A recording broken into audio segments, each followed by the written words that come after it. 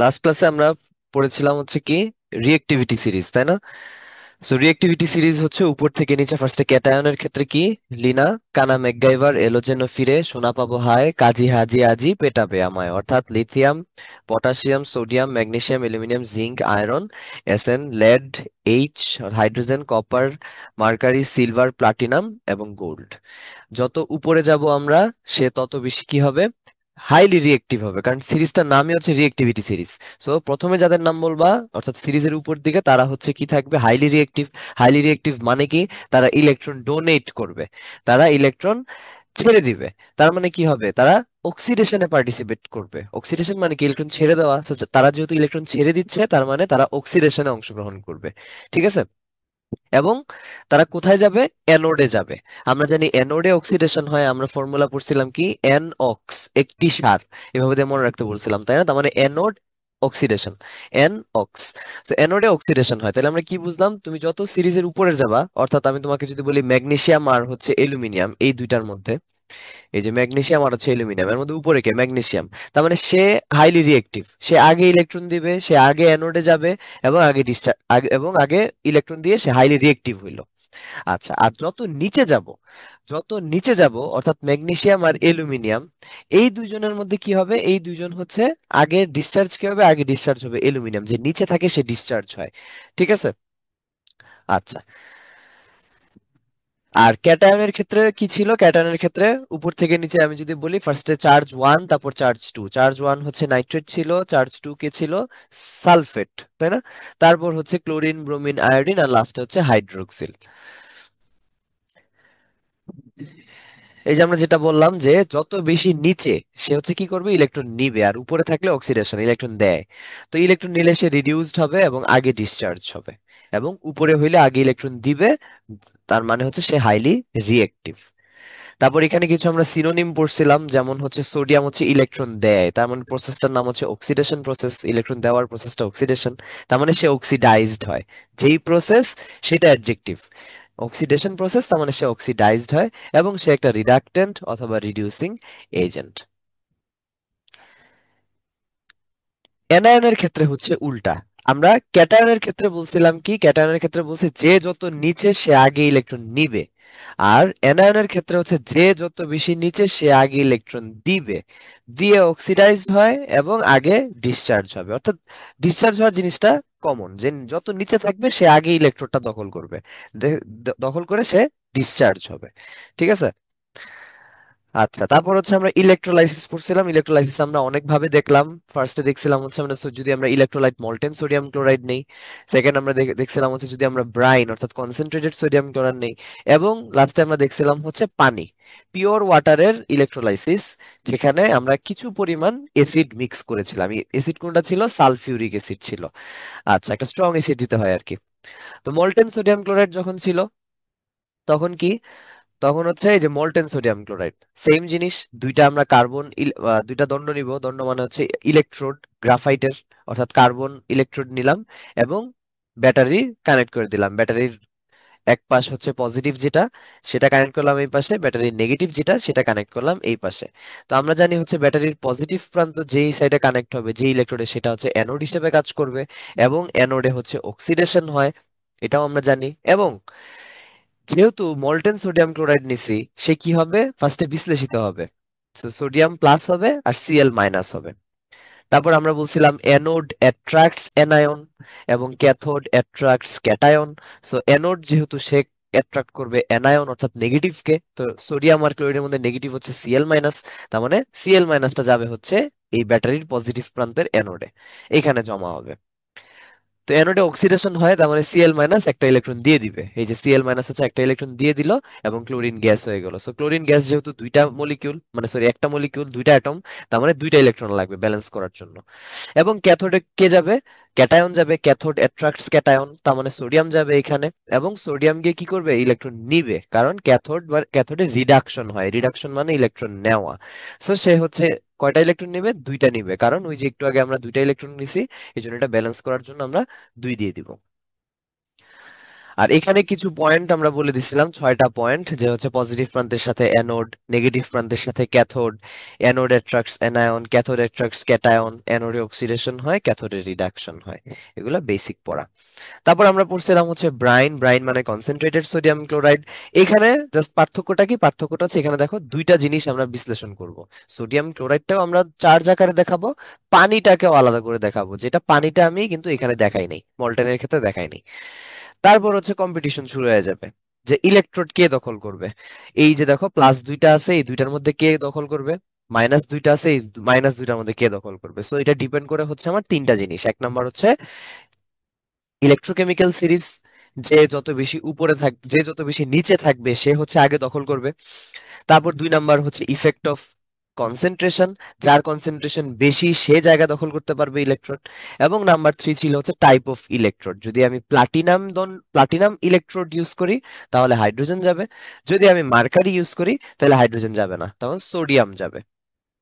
এবং effect of কনসেন্ট্রেশনটা কি ছিল বিটুইন ক্লোরাইড এবং হাইড্রোক্সিলের মধ্যে।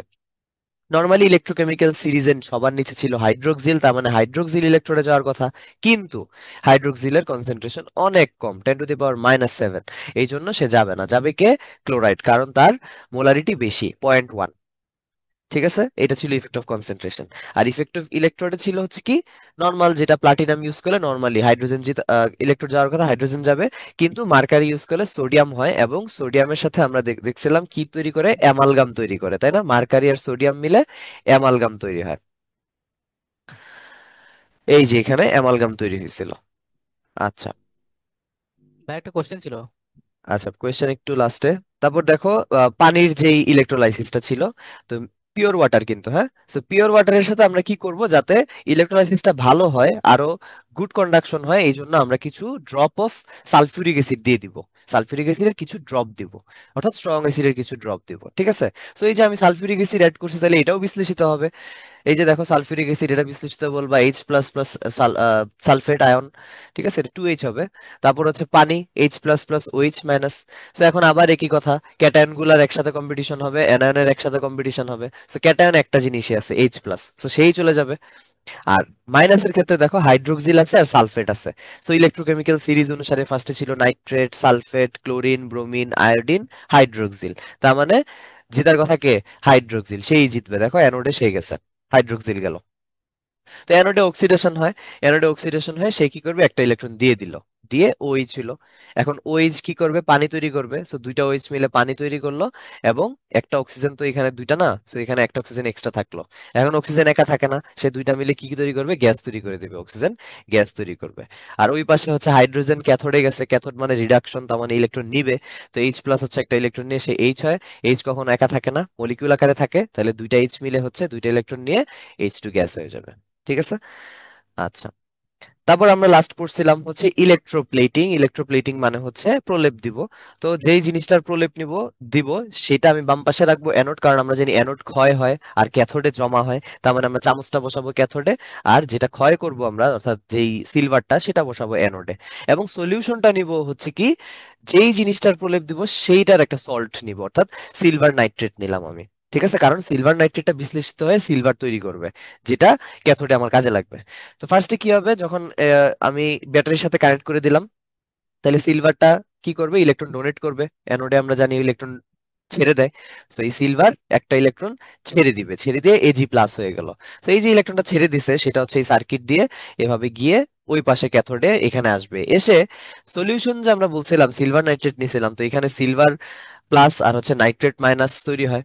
তো এই সিলভার প্লাসটা হচ্ছে ওই যে ইলেকট্রনটা আসছিল সেটা নিয়ে নিবে, নিয়ে কি তৈরি করবে, মেটালিক সিলভার তৈরি করবে, যেটা আমার এখানে ইলেকট্রোপ্লেটিং হবে। ঠিক আছে। আচ্ছা, ঠিক আছে, একজন প্রশ্ন করতেছিলা, একটু বলো, প্রত্যয়। ভাই NaCl এর যে মানে সলিউশনটা, ওখানে কি মোলারিটি আমাকে দেওয়া থাকবে নাকি আমাকে বুঝে নেওয়া লাগবে যে ওই মানে হাইড্রোক্সাইডের এটা তোমার ডেনসিটিটা কম? বুঝে নিতে হবে, অবশ্যই বুঝে নিতে হবে, এটা তো এক্সেপশনটা। নর্মালি কেউ যদি এই জিনিসটা না জানে, ধরো কার কনসেন্ট্রেশন কত, এটা তো নর্মাল তোমাকে কখনো বলে দিবে না। তো নর্মালি সবাই কি করবে, ইলেকট্রোকেমিক্যাল সিরিজ অনুসারে বসাবে, তখন সবাই ভুল করবে। সো এটা একটা এক্সেপশন, এটা তোমার অলরেডি জানতে হবে, এটা কখনো। আর এক্সাম্পল একটাই, এমন না যে তুমি মানে ভাবতেছো যে আমার পরীক্ষার হলে কয়টা এক্সাম্পল দিবে বা কয়টা কেস দিবে, না, কেস একটাই। প্রশ্ন তোমার একটাই দেয়া থাকবে, এই এই যেটা শিখাইছি তোমাদেরকে এটাই দিবে পরীক্ষায়। ঠিক আছে? সো জি ভাই। সো এই অ্যান্সার লিখবা হচ্ছে কি, যার মোলারিটি বেশি সে ইলেকট্রনটা দখল করবে। একটাই কেস দিবে তোমাদের, নতুন কোনো কেস দিবে না। আচ্ছা, এখন আসো হচ্ছে আমাদের এই চ্যাপ্টারের লাস্ট তিনটা টপিক ছিল, আমরা একটু শেষ করে ফেলি চ্যাপ্টারটা। ওকে, খাতা কলম নাও সবাই।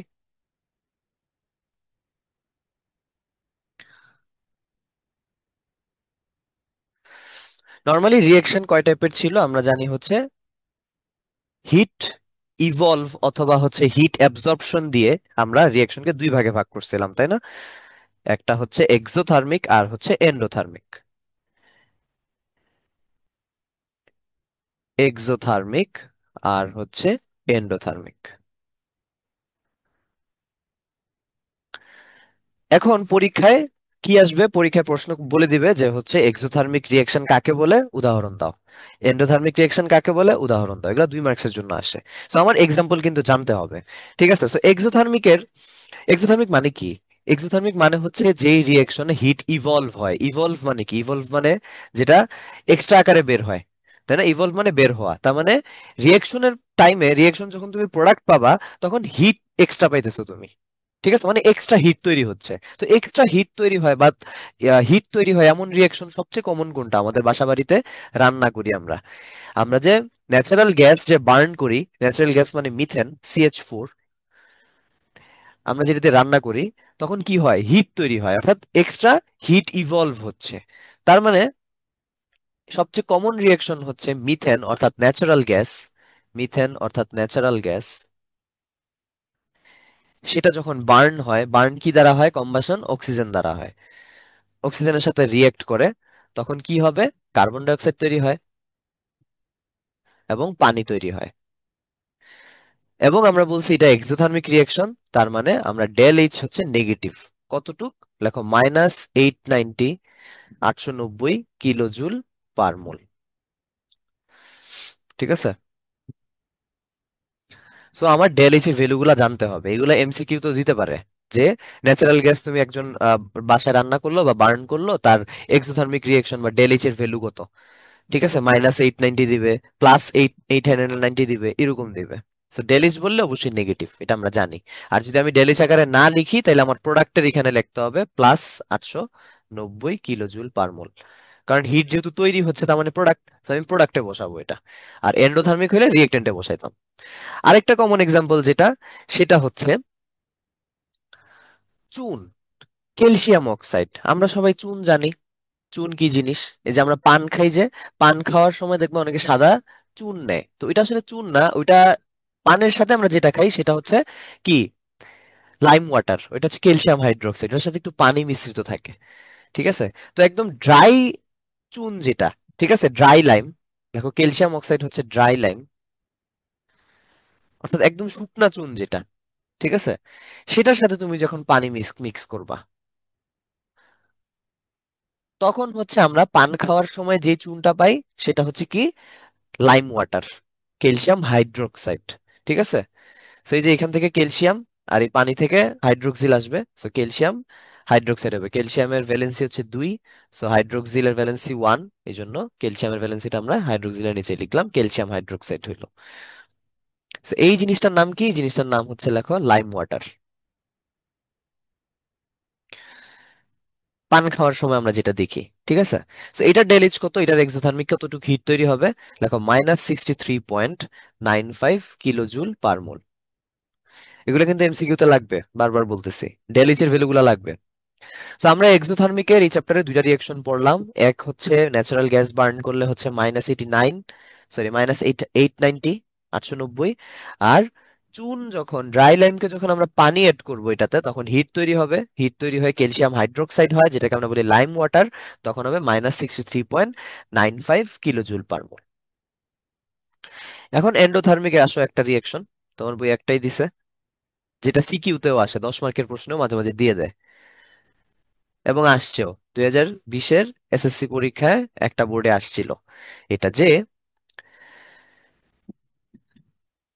শামুক, ঠিক আছে, বা হচ্ছে ঝিনুকের যে খোলসটা থাকে, ঠিক আছে, কাভারিংটাতে যে থাকে মেন্টাল, এই কাভারিংটা গ্রামে কি করে, এটা আগুনের মধ্যে বার্ন করে, ঠিক আছে, বার্ন করলে চুন তৈরি হয় এখান থেকে, ঠিক আছে। তো এই যে শামুকের খোলস, এই শামুকের খোলসটা হচ্ছে অনেক চুনা পাথরের যেই কম্পোজিশন সেটাই। তো চুনা পাথর কম্পোজিশন কি, চুনা পাথর হচ্ছে calcium carbonate, CaCO3, calcium carbonate, চুনা পাথর,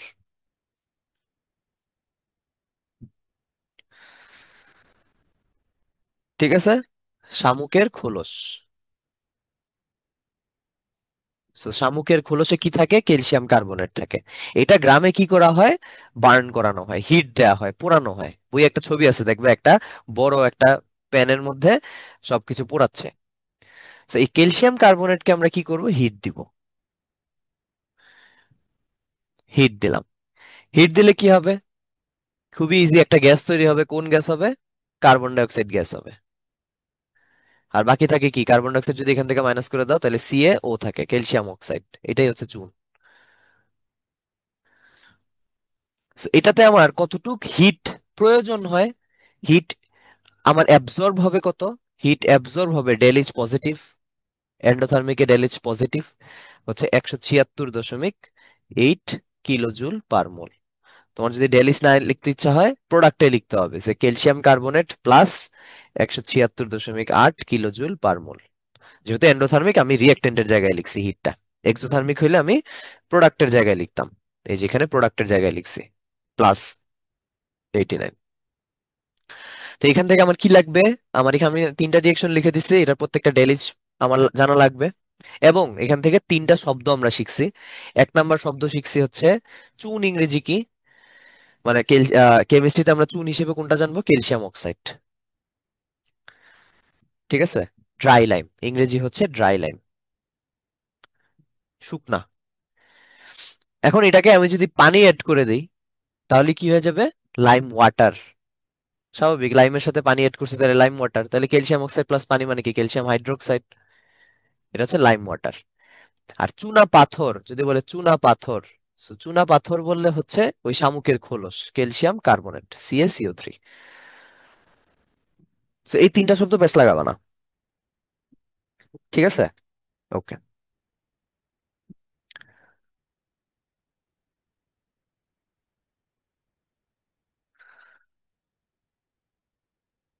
দেখো এখানে এই যে এক্সোথার্মিকের 2টা রিয়েকশন দিছে, তারপর হচ্ছে এন্ডোথার্মিকে এই যে দেখো, ওয়েস্টারের আউটার শেল হচ্ছে কি করতেছে, কুক করতেছে, ঠিক আছে। এখান থেকে কি পাবে, এই যে ক্যালসিয়াম অক্সাইড পাবে, আর হিটটা অ্যাবজর্ব হয় এখানে, ঠিক আছে। আচ্ছা, এখন আসছে হচ্ছে বন্ড এনার্জির কিছু ম্যাথ আসবে এই চ্যাপ্টার থেকে। ডেল এইচ, এই ডেল এইচ হচ্ছে আমরা লাস্ট চ্যাপ্টারেও পড়ছিলাম, মনে আছে, চ্যাপ্টার 7-ও আমরা পড়ছিলাম ডেল এইচ, ঠিক আছে, লাস্ট আতেলিয়ার টাইমে। তখন আমরা বলছিলাম যে ডেল এইচটা হচ্ছে কি, internal energy of product minus internal energy of reactant, তাই না। সো এখন প্রোডাক্ট যদি হচ্ছে ছোট হয়, এনার্জিটা কম হয়, এবং রিয়েক্টেন্টে বেশি হয়, তাহলে ছোট মাইনাস বড়, তখন হচ্ছে ডেল এইচটা নেগেটিভ হয়ে যায়। এই জন্য সেটা এক্সোথার্মিক রিয়েকশন, অর্থাৎ এক্সোথার্মিক রিয়েকশনে হচ্ছে রিয়েক্টেন্টে হিট বেশি থাকে, এগুলো আমরা পড়ছি। এখন এই চ্যাপ্টারে ডেল এইচের সূত্রটা কি, এই চ্যাপ্টারে হচ্ছে দেখো, আগে রিয়েক্টেন্ট, এবং এটা ইন্টারনাল এনার্জি না, এটা হচ্ছে বন্ড এনার্জি, ঠিক আছে। তাহলে আমরা ডেল এইচ এর কিন্তু 2টা সূত্র, ঠিক আছে। আরেকবার লেখো, ডেল এইচ এর চ্যাপ্টার 6-এ আমরা যেটা পড়ছি সেটা হচ্ছে internal energy of product, product থেকে বিয়োগ দিতে হবে, মাইনাস হচ্ছে internal energy of রিয়েক্ট্যান্ট।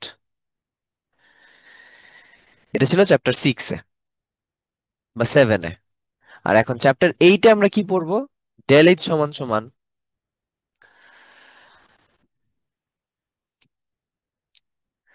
Bond energy দিয়ে লিখছে, তাই না। তো আমরা লিখবো বন্ড এনার্জি অফ কি, প্রোডাক্ট না, রিয়েক্ট্যান্ট। এখানে প্রোডাক্ট ছিল, এখন reactant, minus bond energy of product. ঠিক আছে, সো ডেল এইচ এর হচ্ছে আমার দুইটা সূত্র।